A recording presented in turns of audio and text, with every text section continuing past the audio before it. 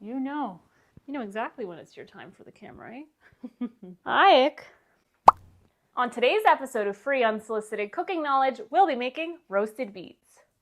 Oh, I'm sorry. Am I boring you? I'll go back upstairs. Ow, okay.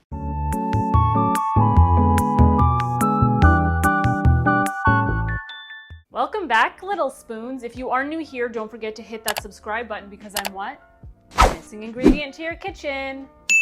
On today's episode, as you saw, we are making roasted beets, and today's episode is super special because it truly is my first farm to table episodes that you were able to follow along the journey from seed to harvest to now, and I'm super excited to share that with you. Today's recipe is very simple. I'm just doing it so I can taste the flavor profile of the beets that I planted, but overall, I'm ecstatic that they were successful, and I can't wait to share that with you. So if you're ready, I'm ready. Let's get into it. Okay, we are at the little beet patch here. My neighbors are weed whacking, so I do apologize. I'm going to film me kind of uprooting the ones that are basically uprooted. Like, I'll show you what that looks like. But a lot of the tops have kind of been sunburnt essentially, and with that said, I'm going to trim off the tops of the beets. Anything that's damaged or whatever, I'm just going to keep in the box so it could add the organic material for next year. But anything that's sticking out of the ground, I'm going to pull, and anything that's still buried, I'm going to leave. I'm going to kind of do an experiment on that and see where the beets go from there. So yeah, enjoy my montage of picking beets.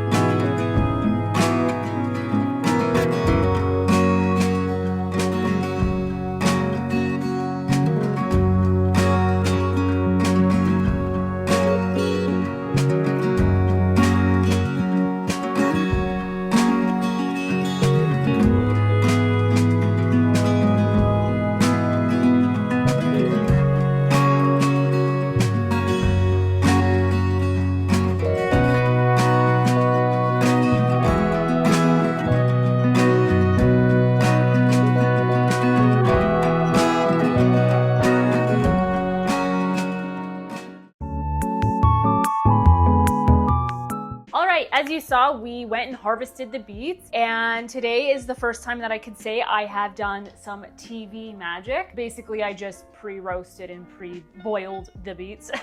So basically, when you harvest beets, they are hard, they're like potatoes, and you want to get the skin off in order to get to the core of the beets. So earlier this morning, I boiled some beets. When it came to a boil, I dropped it down to a medium temperature and just let that simmer for about 45 minutes, turned it off. The skin should peel off. We'll see. I have them still in the pot. We're gonna peel them together.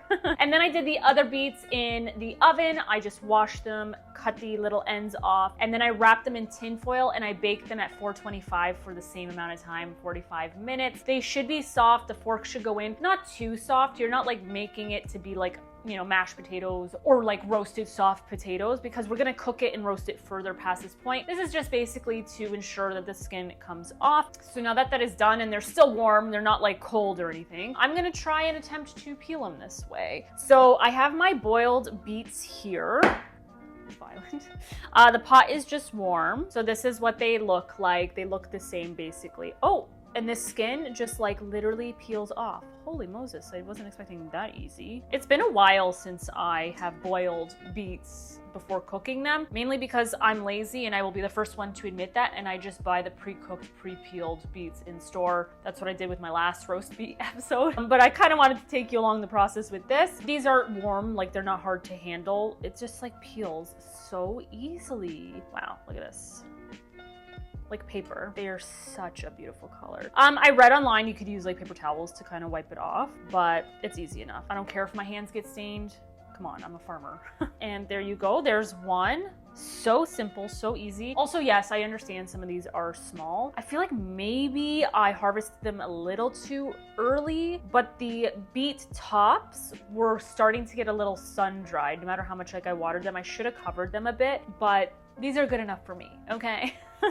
Also earlier, I did cook the beet tops. So basically I just heated up some oil. I fried some garlic and chili peppers, basically just threw them in my wok, because it's the biggest pan I have. It basically cooked down and they were so delicious. I love beet tops. I love like any type of green that you can fry. They turned out really delicious, very colorful, very beautiful. Oh my goodness. They smell amazing. So this is how I've always like done it, is boil, but I did read online you could bake it, and I did bake the other one, so I'm curious to see how the skin comes off them. Anyway, here we are. All the boiled beets are done. Okay, I'm just giving them another rinse and putting them back in the pot. Okay, I'm gonna set that aside. Here are the other beets that I have. I feel like these cooked a little more. I like the boil aspect. Okay, it's coming off. It's different. This is definitely a different quality beet, which I'm kind of excited for. It's like nice and dark and roasted. Okay, can you just, the skin doesn't come off as easy, but you know what? It's fine. Oh, okay. All right. So far, the boil method is easier. I'm just saying. Okay, this one came off really nice. I should really learn how to make like beet dye, and then maybe I can collab with Michelle on a video and she could dye some yarn. Now we're cooking in the kitchen, okay? I should tell her that. By the way, wash your beets before you boil them, before you put them in the oven, because they're covered in dirt, obviously. I'm just gonna give these another little rinse, just because I feel like the skin had maybe some dirt on it and it kind of maybe cross-contaminated. So hold that thought. Okay, I should have said this earlier in the episode. Preheat your oven to 400 degrees. I'll be right back. Now that your oven is preheating to 400 degrees, sorry I didn't mention that earlier. I do apologize. The next little step, super easy. I'm gonna cut up the beets, put them on a tray, and add salt and olive oil. Nothing crazy, maybe some chili pepper. Actually, no, I'm not gonna do the chili pepper because I can always add it after. I'm just gonna do some salt and olive oil just to get them nice and cooked and keep the flavor of what the beet naturally is. So I have my baking tray. I have parchment paper because I don't want them to stick to the tin foil. This is like a great way to kind of just get them to roast nicely. This is in my opinion, of course. You don't have to do it this way, but this is just so I can do my tests on flavor profiles, I guess. So I'm gonna grab a couple of the boiled beets and only a couple of the pre-roasted beets. Do the same thing, keep them separately because I want to compare if boiled versus roasted adds different flavoring. So I'm gonna start with one of the beets that I boiled. Oh, just beautiful. They're not overcooked. They are perfect. How should I cut them? In little pieces? In little sticks? Maybe I'll just do little pieces. By the way, yes, I know that probably in the comments it's like, you should do pickled beets. I love pickled beets. I do not know how to do them, but don't fret my little spoons. My education continues. Yeah, I'm a glutton for punishment. I am going back to school. Technically, I'm going back to school. I'm just taking one class, maybe another class next semester, but it starts in September and it's basically, what is the name of the class? Food processing for urban gardens or something like that. And they have a whole canning section of the class. And I get to learn temperatures and ratios and how to do it without getting botulism. Like that was like my main thing. But it also teaches you as a farmer how to preserve your foods and to get the best yield out of like what you're making. I think that that's very valuable to have, especially if I have a channel like this. Even if I wasn't doing YouTube, I'd probably take the class because I don't know. I don't think that's something you should mess with, you know? I've done hot sauce and stuff, but I do want to learn how to do things safer. I don't know. Or like preserve longer, because even with my hot sauce, it was like only a couple of weeks in the fridge that you can keep it. Also, I tell Cody all the time, I'm like, you're lucky I'm one of those girls that don't want like a designer bag. I'm just like one of those girls that wants like a food dehydrator. Call me crazy, okay? I don't ask for much. All right, I'm just doing the one, okay? And now I'm gonna do, maybe I'll do 2 small of the roasted ones. There we go. Like the color of the roasted one looks different. Same kind of texture though, so we're there. It's like a murder scene. All right. Everything is evenly placed, I think. Let me just break that up.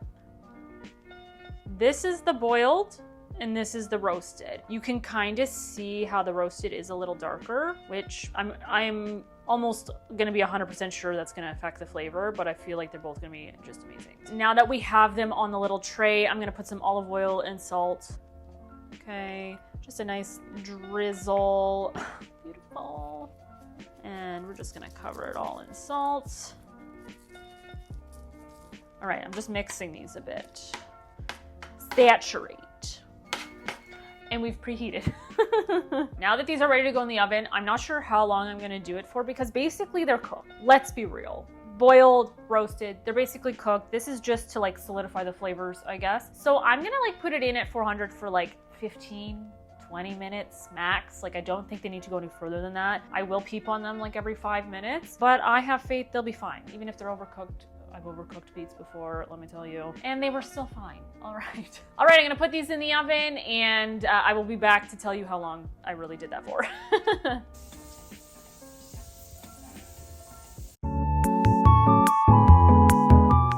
All right, friends. It has actually been only 10 minutes. I think they're done. I don't want them overcooked. Look at that. Sizzling like it's at a restaurant. I'm gonna let these cool off a little bit and then we'll be back for a TTT taste test time. I have plated the beets. This is the boiled ones. These are the roasted ones.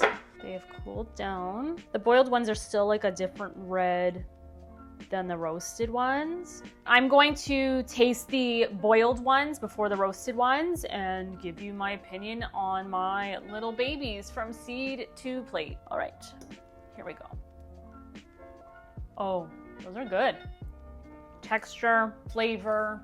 Like I planted Cylindra beets. They're usually a little sweeter. And the fun fact about beets is that you can plant them. They can survive 1 or 2 frosts and the frost adds sweetness to it. I just thought I'd let you know that. But you do not harvest them while they're frozen. Like if the frost has throwing stuff. The frost has to happen, then they need to go back into like a positive number, then you can harvest them. I forget the scientific term for it, but it basically, the frost creates like more sugars and they're usually sweeter. As a beet, impeccable. Personally, yes, I would add garlic and hot peppers and other things. This would be a great salad topper, just absolutely amazing. All right, those are the boiled beets. I could eat that whole thing right now. Now these are the roasted beets. I have a feeling these are gonna be a little more flavorful. Interesting. They have more of a richer beet flavor, if that makes any sense, which makes sense because it's roasted and it's keeping all the flavors in versus boiling out the flavor. But if you are going to put beets in a salad, I would boil them, hands down. Like I think it's a little more fresher, a lighter taste. If you're going to do like roasted beets with, like I said, garlic and hot peppers, or even like roasted beets with goat cheese or roasted beets and other vegetables, yeah, I would definitely do the roasted route to get the skin off and then add them to that dish. I'm so proud of myself. Holy. You really can't go wrong. Like even if you just ate them simply with salt and olive oil, it is still a good, wholesome snack. It's nice to finally reap the rewards of my work on something I've never done before. And I'm super proud of myself. I may look into kind of like what I could kind of add to make them a little bigger. I also watered them like almost twice a day because with beets, you don't want them to bolt as the warmer weather comes. The drier it is, they kind of go to seed. So you need to be consistently watering them. They're beautiful. The beet tops were just as incredible, and I'm definitely gonna probably, you know, continue with beets again next year. They have rewarded me greatly. Also, Cody is not here for a taste test, but like this will be incorporated in our dinner later tonight. But I think that he would be quite impressed, and I can't wait to see his reaction on this. I would say Clean Plate Club, but I just ate breakfast, so they usually would be.